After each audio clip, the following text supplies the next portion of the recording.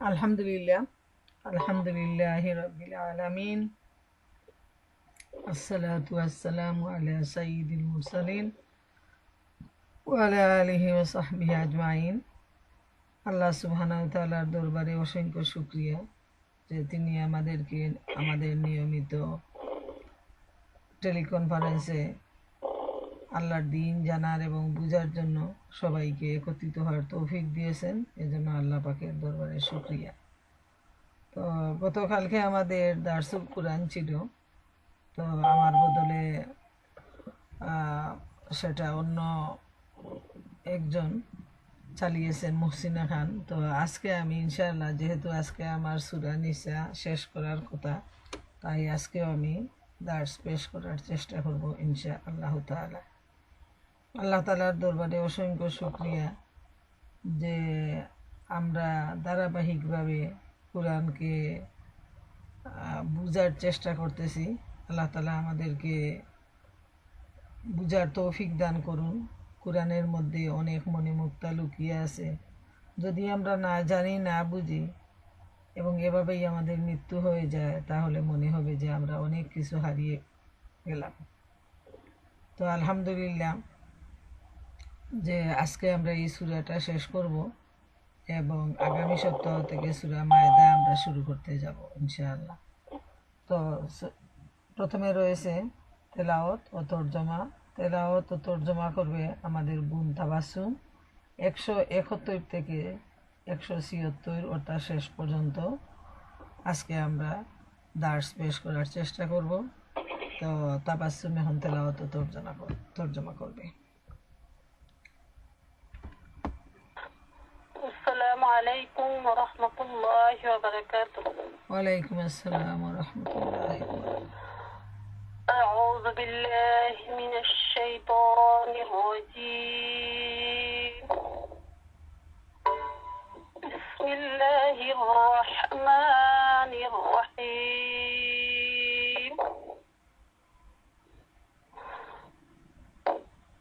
يا أهل الكتاب لا تغلوا في دينكم ولا تقولوا على الله إلا الحق. إنما المسيح عيسى ابن مريم رسول الله وكلمته ألقاها إلى مريم وروح منه فآمنوا بالله ورسله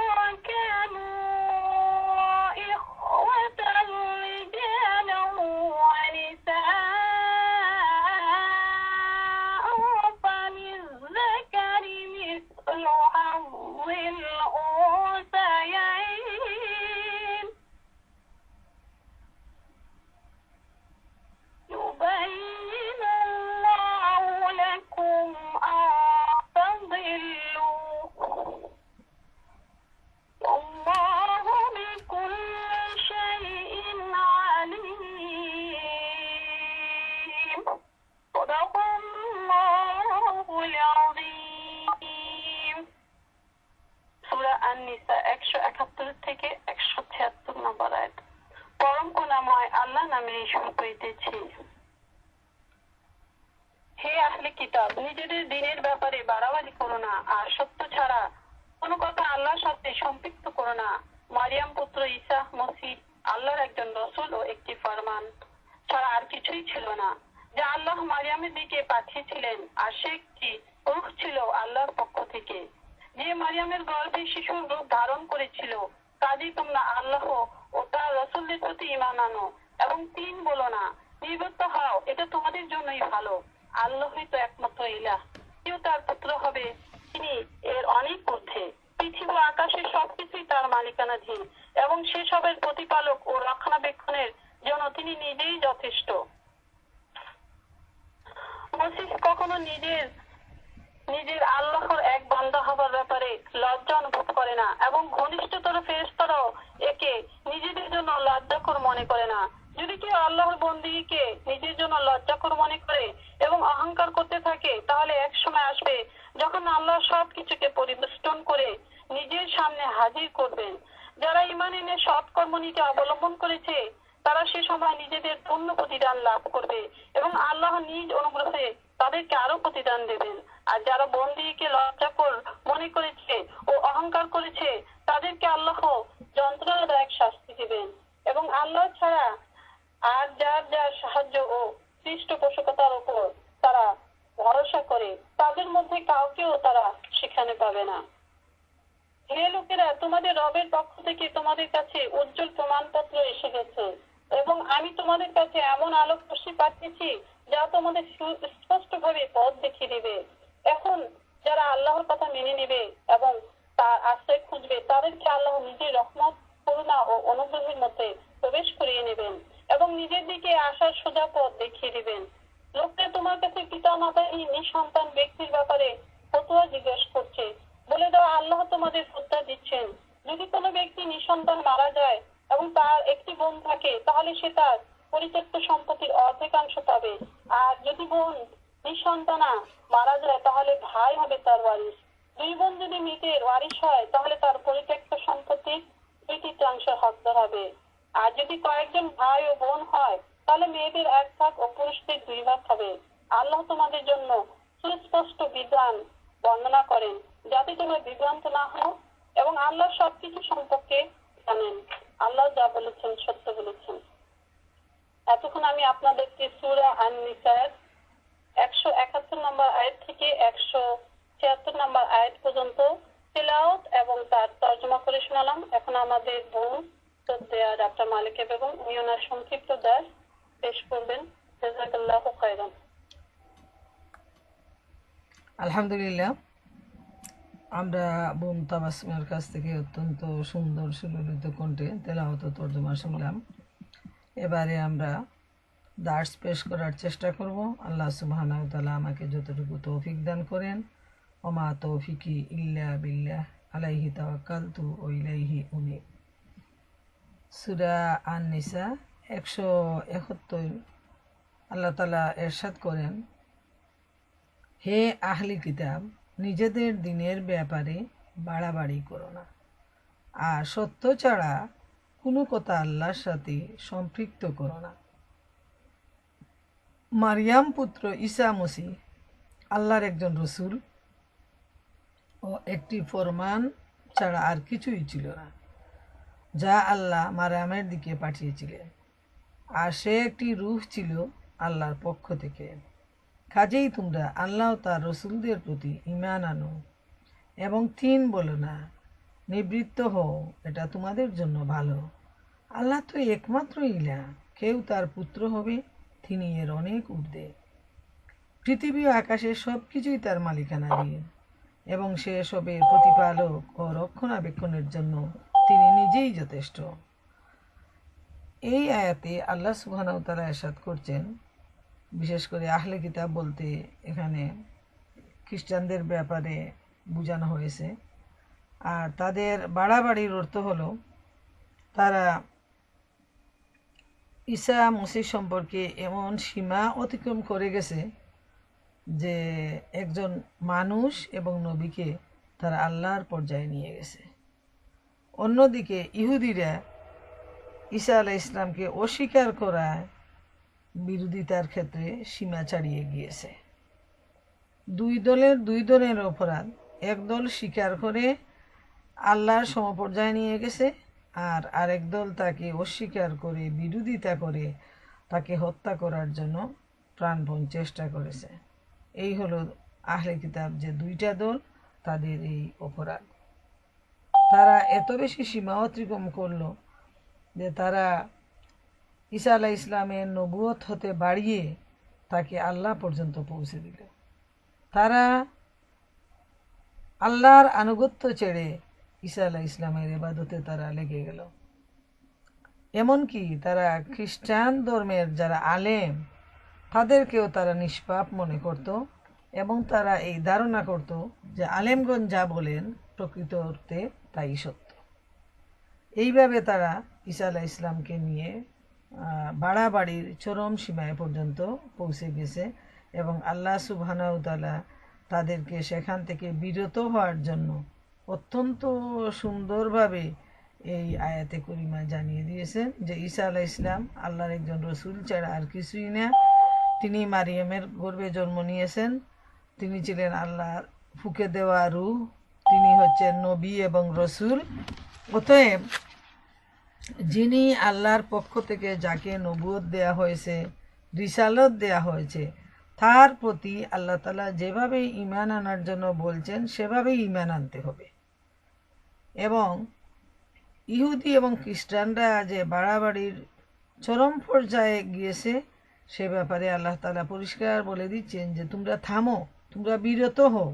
এত সুন্দরভাবে আল্লাহ তাআলা বলছেন যে এখানে কেউ যদি মনে করে যে সে বুঝে নাই, এটা হবে তার জন্য ভুল, যেহেতু পরিষ্কারভাবে আল্লাহ জানিয়ে দিয়েছেন যে তোমরা যে দৃষ্টতা, যে বাড়াবাড়ি, সেটা খুবই অন্যায়, সেটা সীমাতিক্রম হয়ে গেছে। অতএব তোমরা থামো, এবং তোমরা ঈসা মসিহকে তিন বলো না, বরং তিনি হচ্ছেন আল্লাহর বান্দা ও রসুল, আর আল্লাহ তাআলা হচ্ছেন একমাত্র ইলাহ, এবং আল্লাহর যে পুত্র হবে এর থেকে তিনি অনেক ঊর্ধ্বে, যেহেতু তিনি তো হচ্ছেন স্রষ্টা, তিনি হচ্ছেন মালিক, তিনি হচ্ছেন পালনকর্তা, তার কিভাবে সন্তান হবে? এটাই আল্লাহ তাআলা এখানে পরিষ্কারভাবে জানিয়ে দিয়েছেন। যেমন সূরা আত-তাওবার 31 নম্বর আয়াতে আল্লাহ তাআলা ইরশাদ করেন, ইত্তাখাযু আহবারাহুম ওয়া রুহবানাহুম আরবাবাম মিন দুনিল্লাহ। তারা তাদের আলেমদেরকে ও ধর্মযাজকদেরকে তাদের প্রভু মানিয়ে নিয়েছিল। যে তাদের অপরাধের সীমাটা এমন পর্যায়ে গেছে যে তারা তাদের আলিম উলামাদেরকেও তাদের প্রভু মনে করত। যেমন মুসনাদে আহমদে রসুল করিম সাল্লাল্লাহু আলাইহি ইসলাম বলেছেন, যেটা মুসনাদে আহমদ, বুখারী শরীফ এগুলোর মধ্যে রয়েছে, যে তোমরা আমাকে এমনভাবে বাড়িয়ে দিও না যেমনভাবে খ্রিস্টানরা হজরত ঈসা ইবনে মারিয়াম আলাইহিস ইসলামকে বাড়িয়ে দিয়েছে। আমি তো একজন দাস মাত্র, সুতরাং তোমরা আমাকে আল্লাহর দাস ও আল্লাহর রসুল বলবে। সুবহানাল্লাহ। এই হাদিস থেকে এটা পরিষ্কার যে রসুল করিম সাল্লাল্লাহু আলাইহি ইসলাম যে আহলে কিতাবদের ব্যাপারে তিনি ভয় পেয়ে গেছেন, এবং উম্মতে মুহাম্মদীকে তিনি জানিয়ে দিয়েছেন যে তারা যেভাবে যে ভুলটা করেছে সেভাবে যেন আমার উম্মতরা ভুল না করে, যেহেতু তিনি হচ্ছেন আল্লাহর দাস, আল্লাহর বান্দা এবং আল্লাহর প্রেরিত রসুল। এটুকুর মধ্যেই থাকতে হবে। এর বেশি যদি কেউ কিছু বলে বা করে সেটা হবে তাদের জন্য চরম বাড়াবাড়ি, এবং সেজন্য তাকে কঠিন শাস্তি পেতে হবে। মুসনাদে আহমদের অপর হাদিসে রয়েছে, একটি লোক রসুল করিম সাল্লাল্লাহু আলাইহি ইসলামকে বলে, হে মুহাম্মদ সাল্লাল্লাহু আলাইহি ইসলাম, হে আমাদের নেতা ও নেতার ছেলে, হে আমাদের মধ্যে সর্বোত্তম ব্যক্তির ছেলে। তখন রসুল করিম সাল্লাল্লাহু আলাইহি ইসলাম বলেন, হে লোক সকল, তোমরা নিজেদের কথার প্রতি খেয়াল রেখো, দেখো শয়তান যেন তোমাদেরকে এদিক ওদিক করে না দেয়। আমি মুহাম্মদ ইবনে আবদুল্লাহ, আমি আল্লাহর দাস ও তার রসুল। আল্লাহর শপথ, আমি চাই না তোমরা আমাকে আমার মর্যাদা অপেক্ষা বেশি বাড়িয়ে দেবে। সুবহানাল্লাহ। প্রিয় মা বোনেরা, আমার লক্ষ্য করুন, এত পরিষ্কারভাবে আল্লাহ রসুল সাল্লাল্লাহু আলাইহি ইসলাম জানিয়ে দিয়েছেন যে আল্লাহ রসুলকে রসুলের পর্যায়ে রাখতে হবে এবং এই বিশ্বাস রাখতে হবে তিনি একজন মানুষ, তিনি আল্লাহর দাস। অতএব আল্লাহর সমপর্যায়ে মর্যাদা দিয়ে তাকে নিয়ে যাওয়াটা হবে শিরক ছাড়া আর কিছুই নয়। অথচ দুঃখের সাথে বলতে হয় মুসলমানদের মধ্যে এমন অসংখ্য মানুষ রয়েছে যারা রসুল করিম সাল্লাল্লাহু আলাইহি ইসলামকে তারা মানুষ হিসাবে দেখে না। তারা বলে যে আল্লাহ রসুল হচ্ছে নূরের তৈরি, আল্লাহ রসুলকে তারা আল্লাহ পর্যন্ত সম পর্যায়ে সম অধিকারে নিয়ে যায়। নাউজুবিল্লাহ। যারা এটা করবে তারা কিন্তু চরম বাড়াবাড়ি করবে এবং শিরকের অপরাধী সাব্যস্ত হয়ে তারা আল্লাহর দরবারে শাস্তির যোগ্য অপরাধী হয়ে যাবে। এই ব্যাপারে সাবধান যে বিশাল একটা গ্রুপ কিন্তু আল্লাহ রসুলকে নিয়েও যেভাবে ঈসা আলাইহিস ইসলামের অনুসারীরা বাড়াবাড়ি করেছে, ঠিক এভাবে আমাদের মধ্যে এমন একটা দল রয়েছে যে তারা বাড়াবাড়ি করে। এমনকি শুধু নবীকে নিয়ে নয়, তারা তাদের যে আলেম উলামা যাদেরকে তারা খুব ফলো করে, তাদের পীর ফকির আউলিয়া দরবেশ, এদেরকেও তারা এমন পর্যায়ে নিয়ে যায় যে তারা ভাবে সেই ঈসা আলাইহিস ইসলামের অনুসারীদের মতো, আহলে কিতাবদের মতো, যে তাদের সমস্ত গুনাহ এই আলিম উলামারা আল্লাহর কাছে দাবি করলেই তাদের গুনাহ মাফ হয়ে যাবে। এই ধরনের যে চরমপন্থী একটা বিশ্বাস, সেটা তাদেরকে জাহান্নামের গভীর অতলে নিয়ে যাবে।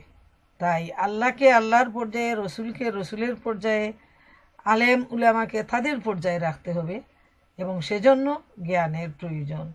মূর্খতাকে আল্লাহ কখনো প্রশ্রয় দেন না এবং পছন্দ করেন না। এই ব্যাপারটি কিন্তু আমাদের খুব ভালোভাবে মনে রাখা প্রয়োজন। যেমন আল্লাহ তাআলা বলেন, তোমরা আল্লাহর প্রতি মিথ্যা অপবাদ দিও না, তোমরা তার স্ত্রী ও সন্তান সাব্যস্ত করো না। ওটা হতে তিনি পবিত্র, বহু দূরে, বহু উচ্চে। তার শ্রেষ্ঠত্ব মর্যাদায় কোনো অংশীদার নেই, তিনি ছাড়া কোনো মাবুদও নেই, প্রভু নেই। হযরত ঈসা মসিহ মারিয়াম, তিনি হলেন আল্লাহর রসুল, তিনি তার দাসদের মধ্যে একজন দাস, একজন সৃষ্ট ব্যক্তি। সুবহানাল্লাহ। এত পরিষ্কারভাবে বলার পর কিভাবে আহলে কিতাবরা, এই ইহুদি এবং খ্রিস্টানরা চরম বাড়াবাড়ি প্রদর্শন করলো এবং তাদের অনুসারীরা আজ পর্যন্ত সংশোধন হয়নি, এখনও তারা সেই বাড়াবাড়ির মধ্যে লিপ্ত রয়েছে। এ পর্যায়ে সূরা মায়েদায় আল্লাহ সুবহানাহু ওয়া তাআলা ইরশাদ করেন, মাল মাসিহু ইবনু মারইয়ামা ইল্লা রাসূলুন কাদ খালাত মিন ক্বাবলিহি রুসুলু ওয়া উম্মুহু সিদ্দীকাতুন কানা ইয়াকুলানি তাআম। হযরত মাসিহ ইবনে মারিয়াম শুধুমাত্র আল্লাহ রাসূল, তার পূর্বে বহু রসুল অতীত হয়েছেন। তার মাতা সত্যবাদিনী, তারা দুজন আহার্য ভোজন করত। সূরা মায়েদা ৭৫ নম্বর আয়াত। যে আল্লাহ পরিষ্কারভাবে জানিয়ে দিয়েছেন তিনি হচ্ছেন যে আল্লাহ রসুল এবং তার মা হচ্ছেন মারিয়াম, তারা সত্যবাদী ছিলেন এবং দুইজনই সবাই যেভাবে খাওয়া দাওয়া করে তারা মা ছেলে ঠিক সেভাবেই খাওয়া দাওয়া করতেন। অতএব আমরা দেখি যে খ্রিস্টানরা কখনো মারিয়াম আলাইহিস ইসলামকে যে আল্লাহ রব্বুল আলামিনের সাথে একটা ফ্যামিলি হিসাবে আবদ্ধ করে, নাউজুবিল্লাহ। তো এটা যাদের এই ভ্রান্তি দূর না হবে তারা কিন্তু শিরকের অপরাধী হয়ে জাহান্নামী হবে। সূরা আলে ইমরানের ৫৯ নম্বর আয়াতে এ পর্যায়ে আল্লাহ তাআলা ইরশাদ করেন, ইন্না মাসালা ঈসা ইনদাল্লাহি কামাসালি আদামা খালাকাহু মিন তুরাবিন সুম্মা ক্বালা লাহু কুন ফায়াকুন।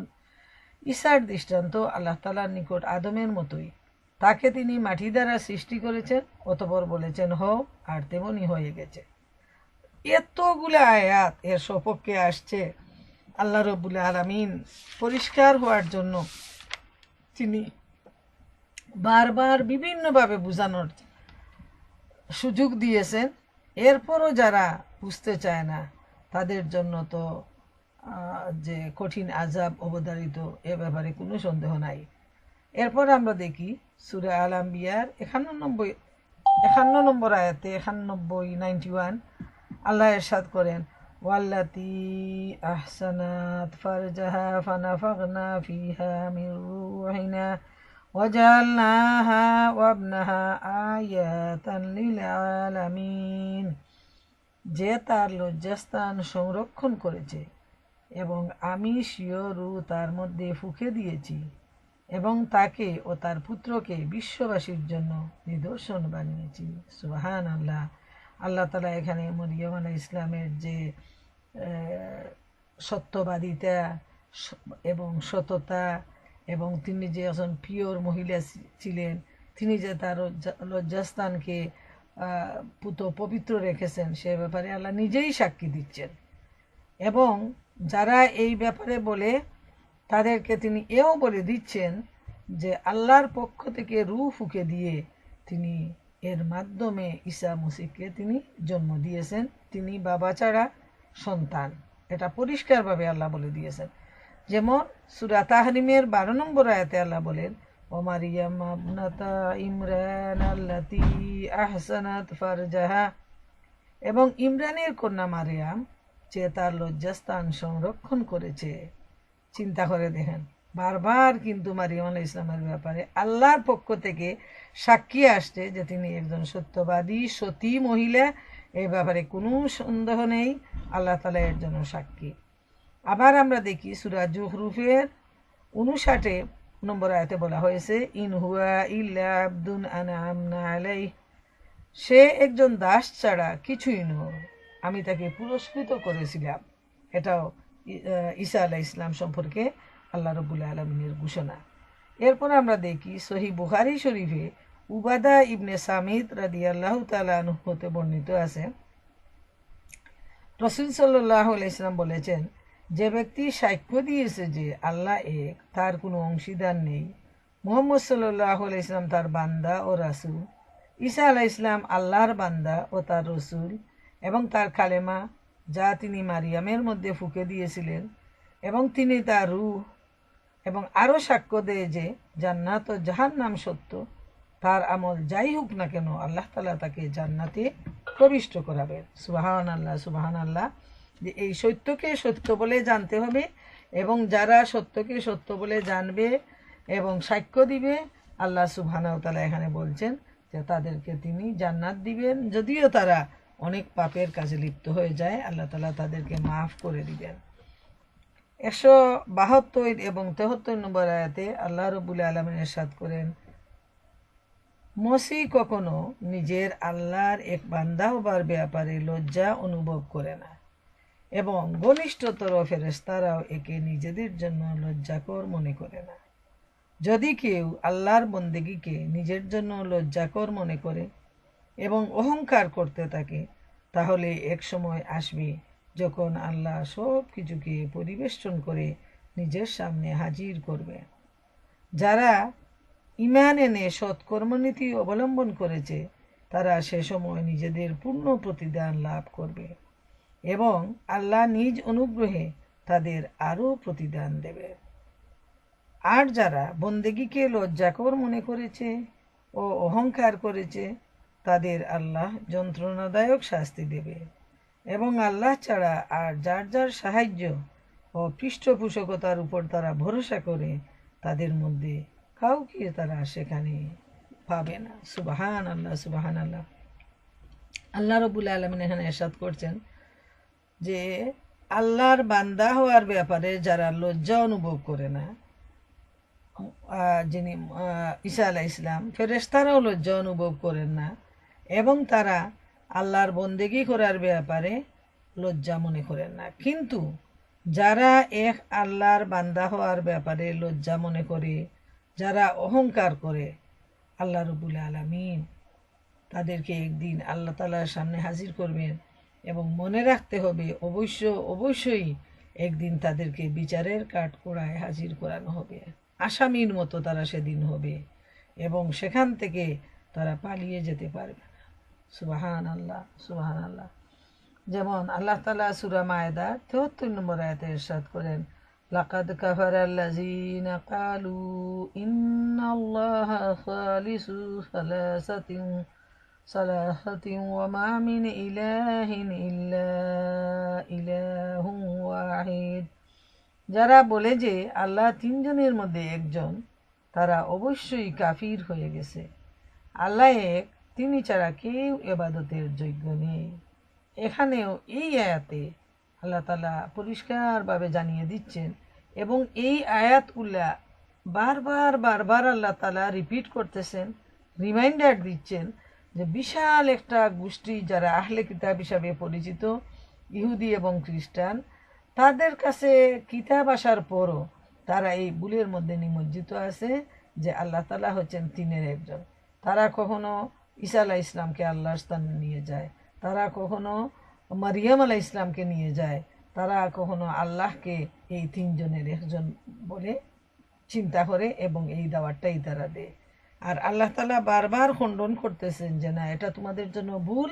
আল্লাহ হচ্ছেন এক, একক, আল্লাহর কোনো শরিক নেই, এবং তিনি ছাড়া ইবাদতের যোগ্য আর কেউ নেই।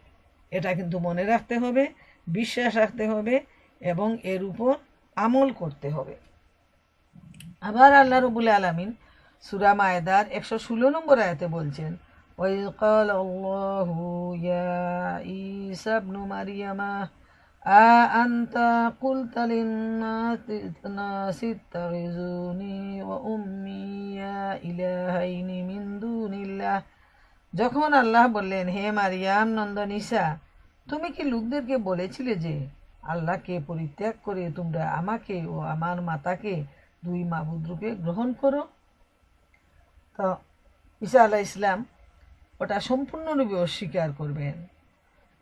আর খ্রিস্টানদের নিকটে এ ব্যাপারে কোনো দলিল নেই, অযথা তারা ভ্রান্তির পথে চালিত হয়ে নিজেদেরকে ধ্বংসের মুখে ঠেলে দিচ্ছে। তাদের মধ্যে কেউ ঈসা আলাইহিস ইসলামকে আল্লাহ বলে বিশ্বাস করে নিয়েছে, কেউ কেউ তাকে আল্লাহর শরীক মনে করেছে, আর কেউ কেউ তাকে আল্লাহর পুত্র বলেছে। নাউজুবিল্লাহ। এরা কিন্তু ধ্বংসপ্রাপ্ত। এদের ব্যাপারে আল্লাহ তাআলা কুরআনে অসংখ্য আয়াত নাজিল করে বলে দিচ্ছেন, এবং এই আয়াতে আল্লাহ তাআলা জানিয়ে দিচ্ছেন যে হাসরের ময়দানে ঈসা আলাইহিস ইসলামকে আল্লাহ তাআলা বলবেন যে তুমি কি এই কথাগুলো বলেছিলে, এবং তিনি তখন অস্বীকার করবেন যে আল্লাহ, আমি কখনো এই ধরনের কথা বলিনি।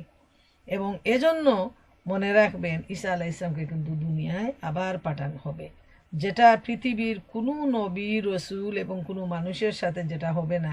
শুধুমাত্র ঈসা আলাইহিস ইসলামকে এই কাজটা আল্লাহ তাআলা করবেন, যে তাকে তিনি জীবন্ত উঠিয়ে নিয়েছেন এবং আবার তিনি পৃথিবীতে তাকে প্রেরণ করবেন, এই সাক্ষী দেওয়ার জন্য যে লোকেরা তার উপর যে মিথ্যা অপবাদ দিয়েছে এটা জ্বলন্ত মিথ্যা, এবং তিনি এ ব্যাপারে বলে যাননি, বরং তারা এই বিভ্রান্তির মধ্যে পড়েছে এবং তার উপর এই দোষারোপ করেছে।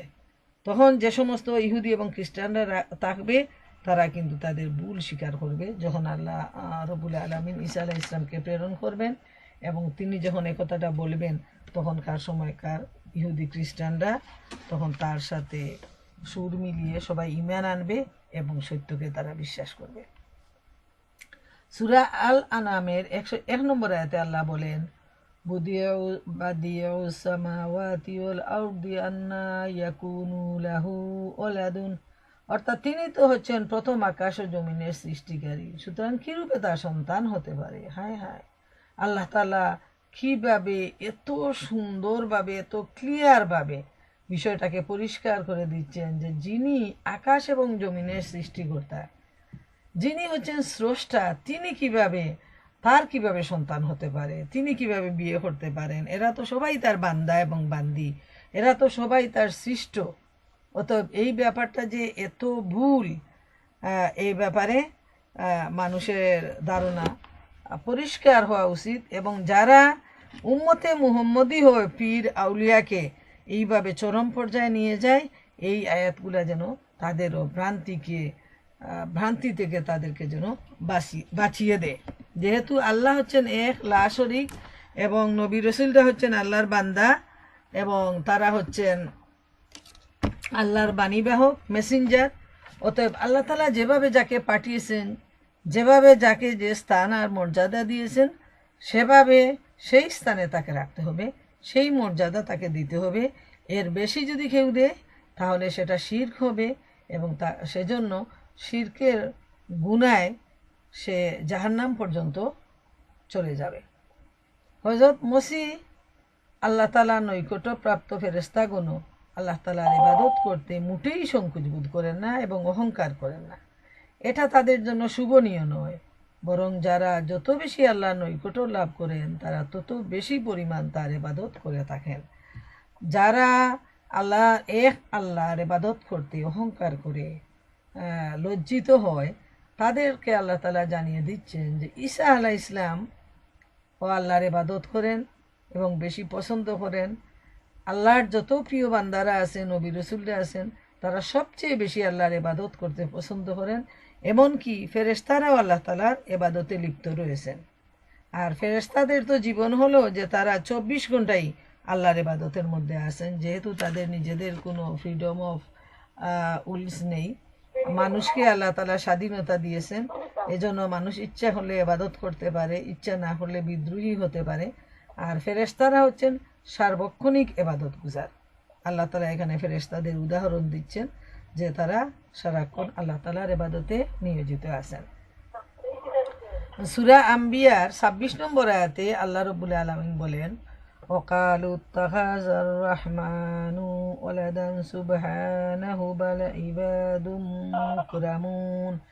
তারা বলে যে আল্লাহ তাআলা সন্তান বানিয়ে নিয়েছেন, অথচ তিনি তা হতে পবিত্র, বরং তারা সম্মানিত দাস। যারা এই ভুলটা করে যে আল্লাহ তাআলা সন্তান বানিয়ে নিয়েছেন, তাদের ভুল আল্লাহ তাআলা বারবার খণ্ডন করতেছেন যে তিনি তা থেকে পবিত্র, এবং নবী রাসূলরা ঈসা আলাইহিস সালাম সবাই হচ্ছেন আল্লাহর দাস। আল্লাহ তাআলার ইবাদত হতে যারা মুখ ফিরিয়ে নেয়, যারা অহংকার করে, হাসরের ময়দানে তারা সেদিন দেখতে পাবে যে তাদের কি পরিণাম হবে। তাদের এই অহংকার, তাদের এই ভুল বুঝা, এর মধ্যে যারা টিকে থাকবে সেদিন তারা বুঝতে পারবে যে তারা কতটুকু ভুল তারা করেছে তাদের নিজেদের জীবনে, এবং তখন আফসোস করেও তাদের কোনো লাভ হবে না। যেমন এ প্রসঙ্গে আল্লাহ তাআলা ইরশাদ করেন সূরা মুমিন 60 নম্বর আয়াত, ইন্নাল্লাযীনা ইস্তাকবিরুনা আন ইবাদাতি সায়াদখুলুনা জাহান্নামা দাখিরিন। যারা আমার ইবাদত হতে অহংকার করে তারা লাঞ্ছিত ও অপমানিত হয়ে জাহান্নামে প্রবেশ করবে। প্রিয় বোনেরা আমার, চিন্তা করে দেখেন, আল্লাহ তাআলা ঘোষণা দিচ্ছেন, বারবার বুঝানোর পরও যারা বুঝবে না, যারা অস্বীকার করবে, তাদের সম্পর্কে আল্লাহ তাআলা ঘোষণা দিচ্ছেন যে তারা লাঞ্ছিত, তারা অপমানিত এবং তারা জাহান্নামে প্রবেশ করবে। এ ব্যাপারে কোনো সন্দেহ নাই যে জাহান্নাম তাদের জন্য অপেক্ষায় আছে এবং তারা জাহান্নামে হবে তাদের চিরসাথী। হয়তো এই দুনিয়ার জীবনে তারা অহংকারে লিপ্ত, আনন্দ, উল্লাস, মদ, জুয়া, নারীবাজি, টাকা পয়সা সব নিয়ে তারা আনন্দের জুয়ারের মধ্যে ভাসছে। কিন্তু মনে রাখা প্রয়োজন, মৃত্যু আসার সাথে সাথেই তাদের সব কিছু বন্ধ হয়ে যাবে এবং তখন তাদের জন্য তাদের সাথী হবে আগুন। এবং শুধু আগুন নয়, এই আগুনের মধ্যে আরো কত ধরনের আযাব যে থাকবে সেটা বর্ণনা করে শেষ করা যাবে না, এবং আমাদের এই বুদ্ধি দিয়েও আমরা উপলব্ধি করতে পারবো না যে সেখানকার আযাবের পরিমাণ যে কত চূড়ান্ত। 174 নম্বর আয়াতে আল্লাহ ইরশাদ করেন, 174 এবং 75, হে লোকেরা, তোমাদের রবের পক্ষ থেকে তোমাদের কাছে উজ্জ্বল প্রমাণপত্র এসে গেছে এবং আমি তাদের কাছে এমন আলোকরশ্মি পাঠিয়েছি যা তোমাদের সুস্পষ্টভাবে পথ দেখিয়ে দেবে। এখন যারা আল্লাহর কথা মেনে নেবে এবং তার আশ্রয় খুঁজবে, তাদেরকে আল্লাহ নিজের রহমত, করুণা ও অনুগ্রহের মধ্যে প্রবেশ করিয়ে নেবেন এবং নিজের দিকে আসার সোজা পথ দেখিয়ে দিবেন। সুবহানাল্লাহ। এত অন্যায়, অবিচার, এত শিরক, আল্লাহর উপর অপবাদ, রসুলের উপর অপবাদ দেওয়ার পরও আল্লাহ তাআলা তাদেরকে ডেকে বলতেছেন যে হে লোকেরা, তোমাদের রবের পক্ষ থেকে উজ্জ্বল প্রমাণপত্র এসে গেছে এবং তোমাদের কাছে এমন আলোকরশ্মি পাঠিয়েছি যা তোমাদের সুস্পষ্টভাবে পথ দেখিয়ে দেবে। মানে এই যে মহাগ্রন্থ আল কুরআন, এই আল কুরআনকে আল্লাহ তাআলা বলছেন যে আল্লাহর পক্ষ থেকে উজ্জ্বল প্রমাণ, এবং কুরআনকে আল্লাহ তাআলা আলোর সাথে তুলনা করেছেন যে যাদের হৃদয় অন্ধকার হয়ে গেছে পাপে, যারা অন্ধকারের মধ্যে জীবন চলতেছে, অন্ধকারে আলোর পথ দেখানোর জন্য আল্লাহ সুবহানাহু তাআলা রসুল করিম সাল্লাল্লাহু আলাইহি ইসলামের মাধ্যমে মহাগ্রন্থ আল কুরআন পাঠিয়েছেন, যাতে তারা অন্ধকার থেকে আলোর পথে উঠে আসতে পারে। সুবহানাল্লাহ, এর চাইতে বড় আনন্দের সংবাদ আর কি হতে পারে? আর আল্লাহ তাআলা নিজেই ঘোষণা দিচ্ছেন যে এটা তোমাদের জন্য সবচেয়ে কল্যাণকর একটা ব্যাপার, যে আমি তোমাদের জন্য আলোকরশ্মি পাঠিয়েছি, অর্থাৎ ভালো মন্দকে যে যাচাই করার যে মানপত্র, প্রমাণপত্র, সেটা হচ্ছে মহাগ্রন্থ আল কুরআন। এর মধ্যেই রয়েছে মানুষের জীবন চলার পথ, সিরাতুল মুস্তাকিমের পথ। যারা ভালো পথে চলবে, সিরাতুল মুস্তাকিমের পথে চলবে, এই মহাগ্রন্থ আল কুরআন তাদেরকে জান্নাতের পথ দেখিয়ে দেবে। এবং যারা এক্সিট মিস করে সিরাতুল মুস্তাকিমের পথ থেকে সরে যাবে, তারা পরিষ্কার জাহান্নামের পথে যাবে। তাই যারা এই কুরআনকে মানবে, কুরআনের উপর যারা বিশ্বাস করবে, কুরআনের উপর যারা আমল করবে, তাদের জন্য রয়েছে চিরস্থায়ী, চিরনিয়ামতে পরিপূর্ণ জান্নাত। সেখানে তারা চিরদিন অবস্থান করবে, এতে কোনো সন্দেহ নেই। মানুষ যতই গুনাহ করুক, তার যদি শিরক মুক্ত ঈমান হয়, পরিচ্ছন্ন আমল হয়, নিয়ত যদি ভালো থাকে, আল্লাহ রব্বুল আলামিন তার ছোটোখাটো গুনাহ হাতা সব মাফ করে দিবেন। এ ব্যাপারে আল্লাহ তাআলা নিজেই ওয়াদাবদ্ধ। আর যদি সে তার ঈমানের মধ্যে শিরক মিশ্রণ থাকে, আমলের মধ্যে বেজাল থাকে, হালাল হারাম, সুদ ঘুষ, অন্যায় অবিচার, এগুলার ব্যাপারে তার কোনো যাচাই বাছাই থাকে না, তাহলে এ ধরনের মানুষকে আল্লাহ তাআলা মাফ করবেন না। আর আল্লাহ বারবার সুসংবাদ দিচ্ছেন যে কুরআনের পথে যারা চলবে, তাদেরকে আল্লাহ রব্বুল আলামিন সঠিক পথ দেখিয়ে দিবেন। যারা আল্লাহর কথা মেনে নিবে, আল্লাহর আশ্রয় খুঁজবে, আল্লাহ রব্বুল আলামিন তাদেরকে নিজের রহমত, করুণা আর অনুগ্রহ দিয়ে সোজা পথ দেখিয়ে দিবেন। এ থেকে বোঝা যায় যে প্রিয় মা বোনেরা আমার, আমরা যেন বাঁকা পথে না চলি, বাঁকা চিন্তা না করি, সব সময় যেন সরলতা নিয়ে দুনিয়ার জীবন যাপন করার চেষ্টা করি। যারা বেশি বুঝে তারাই কিন্তু বাঁকা পথে চলে, অতিরিক্ত বুদ্ধি যাদের, তারা সঠিক রাস্তা চিনতে পারে না, তারা বারবার হুচট খায়, বারবার ভুল করে চলে। এজন্য আমরা দেখি যে এই পৃথিবীতে যারা সবচেয়ে বেশি বুদ্ধিমান, বেশি টাকা পয়সার মালিক, তারা কিন্তু বেদিন, তারা নাস্তিক। মুসলমানের ঘরে জন্ম নেওয়ার পরও বুদ্ধির ঠেলায় তারা কিন্তু নাস্তিক হয়ে যায়, তারা বিভ্রান্ত হয়ে যায়। এবং যারা আহলে কিতাব, তাদেরও এত জ্ঞান বুদ্ধি থাকার পর যে আল্লাহ তাআলা তাদেরকে এত রহমত দিয়ে ধন্য করেছেন, এত জ্ঞান দিয়েছেন, এত টাকা পয়সা দিয়েছেন, সব কিছু পাওয়ার পরও তারা এত বড় অকৃতজ্ঞ যে আল্লাহ তাদেরকে এত কিছু দিলেন, সেই আল্লাহ তাআলাকেই তারা ভুল বুঝলো, আল্লাহ তাআলার সাথে তারা শরিক স্থাপন করলো, আল্লাহ থেকে তারা দূরে সরে রইল এবং বিভ্রান্তিতে পড়ে গিয়ে বারবার হুঁচট খেয়ে খেয়ে তারা জান্নাত থেকে জাহান্নামের পথের দিকে রওনা হলো। এটা সাংঘাতিক দুঃখজনক একটা ব্যাপার যে যারা এইভাবে কুরআনের এত সুন্দর দাওয়াত, এত সুন্দর আহ্বান, মাফ করে দেয়ার বারবার তাগিদ আল্লাহ রব্বুল আলামিনের পক্ষ থেকে আসছে, কিন্তু তারপরও তারা তওবা করে আল্লাহর দিকে ফিরে আসছে না। এরা হচ্ছে হতভাগ্য, এরা হচ্ছে লাঞ্ছিত। ইবনে জুরায়েজ প্রমুখ মনীষী বলেন, এর দ্বারা কুরআন করিমকে বোঝানো হয়েছে এই যে আলোকরশ্মি, তিনি বর্ণনা করছেন যে এই আলোকরশ্মি হলো কুরআন। যারা আল্লাহ তাআলার উপর ঈমান আনবে, তার উপরই নির্ভরশীল হবে, তাকে দৃঢ়ভাবে ধারণ করবে, আল্লাহর দাসত্ব করবে, সমস্ত কাজ আল্লাহর উপর সমর্পণ করবে, যারা আল্লাহ তাআলার প্রতি বিশ্বাস স্থাপন করবে, আল্লাহর কিতাবকে দৃঢ়ভাবে ধারণ করবে, তাদের উপর স্বীয় করুণা ও অনুগ্রহ বর্ষণ করবেন আল্লাহ তাআলা।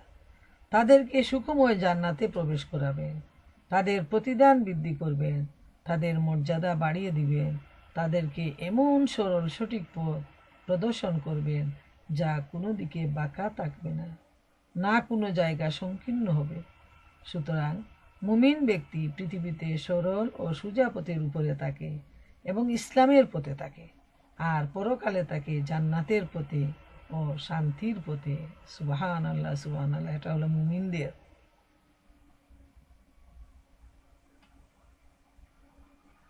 সুবহানাল্লাহ, এত সুন্দর যে মুমিনদের জন্যই রয়েছে সমস্ত নিয়ামত, সমস্ত দয়া, সমস্ত করুণা, আল্লাহ রাব্বুল আলামিনের পক্ষ থেকে ভালোবাসা, মহব্বত এবং জান্নাত। আর যারা এই বিশ্বাসের মধ্যে মার খাবে, উল্টা পথে চলবে, তাদের জন্য রয়েছে চির লাঞ্ছনা এবং সেখান থেকে তারা আর কোনোদিন বের হয়ে আসতে পারবে না। শেষ আয়াত সূরা নিসার 176 নম্বর আয়াত, এখানে ঠিক অন্য একটা বিষয় আসছে যে লোকেরা তোমার কাছে পিতামাতাহীন নিঃসন্তান ব্যক্তির ব্যাপারে ফতোয়া জিজ্ঞেস করেছে। বলে দাও, আল্লাহ তোমাদের ফতোয়া দিচ্ছেন, যদি কোনো ব্যক্তি নিঃসন্তান মারা যায় এবং তার একটি বোন থাকে, তাহলে সে তার পরিত্যক্ত সম্পত্তির অর্ধাংশ পাবে। আর যদি বোন নিঃসন্তান অবস্থায় মারা যায়, তাহলে ভাই হবে তার ওয়ারিশ। দুই বোন যদি মৃতের ওয়ারিশ হয়, তাহলে তারা পরিত্যক্ত সম্পত্তির 2/3 হকদার হবে। আর যদি কয়েকজন ভাই ও বোন হয়, তাহলে মেয়েদের 1 ভাগ ও পুরুষদের 2 ভাগ হবে। আল্লাহ তোমাদের জন্য সুস্পষ্ট বিধান বর্ণনা করেন, যাতে তোমরা বিভ্রান্ত না হও, এবং আল্লাহ সব কিছু জানেন। এখানে সূরা নিসায় কিন্তু এই সম্পত্তির ভাগ বাটোয়ারার ব্যাপারে প্রথম দিকে খুব সুন্দরভাবে বিস্তারিত বলা হয়েছে। আর শেষ দিকে এসে যে যারা প্রশ্ন করতেছে ফতোয়ার ব্যাপারে, আল্লাহ রাব্বুল আলামিন তাদেরকে এটা জানিয়ে দিয়েছেন এবং সূরা নিসার শেষ ভাগে এই বিষয়টি তুলে ধরা হয়েছে। এখানে এই আয়াতের প্রসঙ্গে বলা হয়েছে সহিহ বুখারী ও মুসলিম শরীফে যে হযরত বারা রাদিয়াল্লাহু তাআলা আনহু বলেন, সূরাসমূহের মধ্যে সর্বশেষ অবতীর্ণ সূরা এবং আয়াতসমূহের মধ্যে সর্বশেষ অবতীর্ণ হয় এই আয়াতটি। হযরত জাবির ইবনে আব্দুল্লাহ রাদিয়াল্লাহু তাআলা আনহু বলেন, আমি রোগে অজ্ঞান হয়ে পড়েছিলাম। সে সময় রাসূলুল্লাহ সাল্লাল্লাহু আলাইহি সাল্লাম আমাকে দেখতে আসেন। তিনি অজু করে সেই পানি আমার উপর নিক্ষেপ করেন, ফলে আমার জ্ঞান ফিরে আসে। আমি তাকে বলি, হে আল্লাহ রাসূল সাল্লাল্লাহু আলাইহি সাল্লাম, আমি তো কালালা, আমার পরিত্যক্ত সম্পত্তি কিভাবে বণ্টিত হবে? সে সময় আল্লাহ তাআলা ফরায়েজের আয়াত অবতীর্ণ করেন। তো এই প্রসঙ্গে এই আয়াতটি আসছে এবং এই আয়াতের ব্যাপারে এই সম্পত্তির যে ভাগ বাটোয়ারা, সেটা আগেও পরিষ্কারভাবে বলা হয়েছে, বর্ণনা করা হয়েছে, এবং এখানেও এই অংশে যে প্রশ্নটা আসছিল সেই প্রশ্নের উত্তর সম্পর্কে এখানে বলা হয়েছে।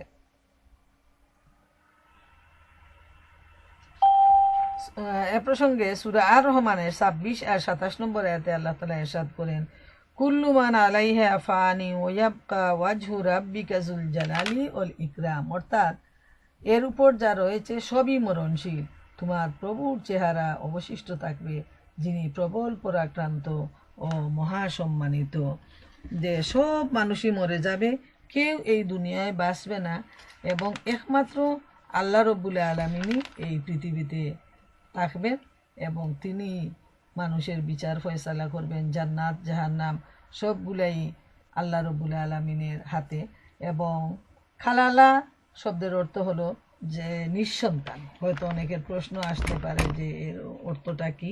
তিনি যে বলেছেন আমি তো কালালা, কালালার অর্থ হলো যদি সন্তান থাকতো তাহলে উনার ওই প্রশ্ন ছিল না, যেহেতু এই ব্যাপারে পরিষ্কার আসছে। কিন্তু নিঃসন্তান যারা, তাদের সম্পত্তির ভাগ বাটোয়ারার ব্যাপারে একটু বেজাল আছে।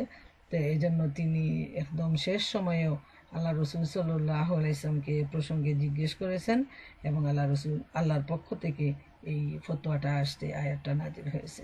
তো প্রিয় বোনেরা আমার, আল্লাহ তাআলার দরবারে অসংখ্য অসংখ্য শুকরিয়া যে আমি যখন এই ধারাবাহিক সূরার দার্সে হাত দিই, আমার কিন্তু সাহস হয়নি। হ্যাঁ, কিন্তু আল্লাহ তাআলা আপনাদের সহযোগিতায় সবার জন্য, বিশেষ করে আমার নিজের জন্য আরও বেশি জানার আগ্রহ নিয়ে আমি ধারাবাহিক দার্স করতে শুরু করলাম।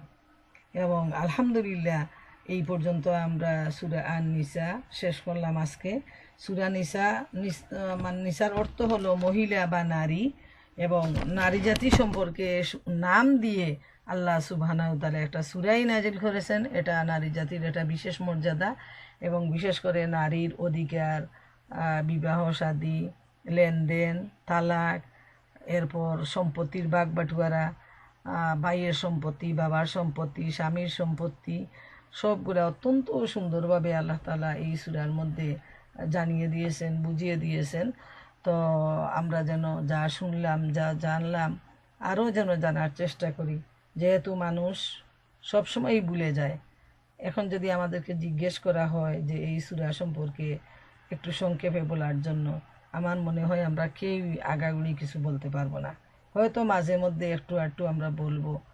তো এই জন্য বারবারই আল্লাহ তাআলা একই বিষয় রিমাইন্ডার দেন, যাতে বারবার আমাদের মনে থাকে এবং বারবার যেন আমরা কোরআন নিয়ে চর্চা করি। তো ইনশাআল্লাহ আল্লাহ আমাদের এই চেষ্টা সাধনা, আপনাদের সবার শোনা, আমার বলা শোনা সব কিছু যেন কবুল করেন। আমরা যেন আরও মা বোনদেরকে দাওয়াত দিয়ে এই মাহফিলে এনে মহাগ্রন্থ আল কোরআন থেকে নিজেরা উপকৃত হওয়ার চেষ্টা করি, অন্য বোনদেরকে উপকৃত করার জন্য চেষ্টা করি। এজন্য অসংখ্য অসংখ্য সওয়াব রয়েছে। রোজ হাসরের ময়দানে যখন সামান্য কিছুর জন্য মানুষ আটকা পড়ে যাবে, তখন হয়তো এই আজকের দিনের একটা দাওয়াত এবং আজকের এই কোরআনের আলোচনা, এই কোরআন হয়তো আমাদের পক্ষে সাক্ষী দিয়ে সেই মুসিবত থেকে আমাদেরকে উদ্ধার করতে পারে।